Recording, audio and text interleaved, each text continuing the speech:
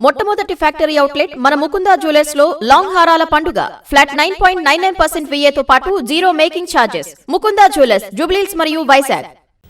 పశ్చిమాసియాలో ఉద్రిక్త పరిస్థితులతో అంతర్జాతీయంగా ఇంధన ధరలు మండిపోతున్నాయి. దీని ఫలితంగా కమర్షియల్ గ్యాస్ వినియోగదారులపై మునుపెన్నడూ లేని విధంగా భారీ భారం పడింది.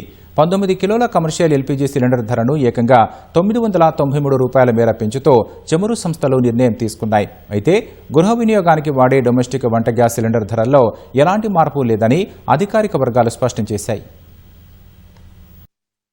దేశంలో వాణిజ్య గ్యాస్ సిలిండర్ వినియోగదారులకు చమురు సంస్థలు భారీ షాక్ ఇచ్చాయి. 19 కిలోల వాణిజ్య సిలిండర్ ధరను ఏకంగా ₹993 మేర పెంచుతున్నట్లు ప్రకటించాయి. ఇవాల్టి నుంచి ఈ పెంపు అమల్లోకి వచ్చింది. దీంతో వరుసగా మూడో నెల కూడా కమర్షియల్ గ్యాస్ సిలిండర్ ధరలు పెరిగాయి. తాజా పెంపుతో ఢిల్లీలో 19 కిలోల కమర్షియల్ సిలిండర్ ధర గతంలో ఉన్న ₹2,078.50 నుంచి రికార్డు స్థాయిలో ₹3,071.50కి చేరుకుంది. హైదరాబాద్లో ఆ ధర ₹3,315కు చేరింది. చరిత్రలో ఒకేసారి ఈ స్థాయిలో గ్యాస్ ధర పెరగడం ఇదే తొలిసారని నిపుణులు చెబుతున్నారు. దీనివల్ల హోటళ్లు, రెస్టారెంట్ల నిర్వాహకులపై తీవ్ర ప్రభావం పడనుంది.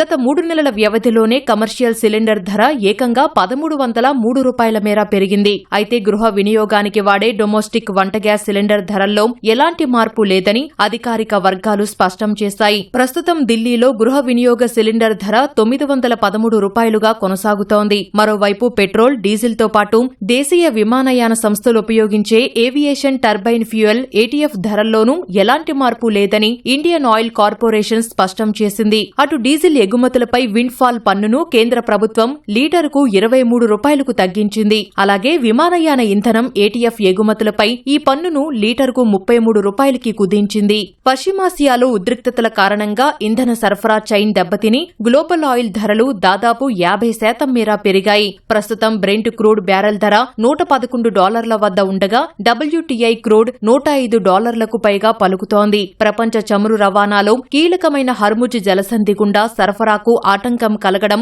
చమురు ధరల పెరుగుదలకు కారణంగా తెలుస్తోంది. చమురు ఉత్పత్తి దేశాల కూటమి OPEC నుంచి బయటకు రావాలని UAE నిర్ణయించుకోవడం మరో కారణంగా భావిస్తున్నారు.